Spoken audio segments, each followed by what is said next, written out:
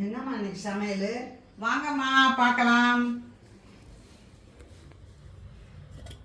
சுட சுட சோறு, வெண்பூசணி மாங்காய் போட்ட சூப்பரான சாம்பார்,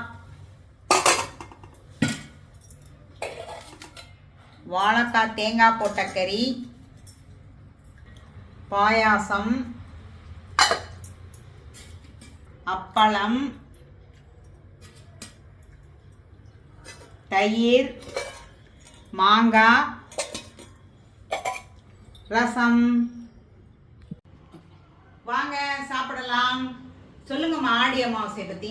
அதான் ஆடி அமாவாசை பெரியவங்களுக்கு இறந்தவங்களுக்காக செய்கிறது.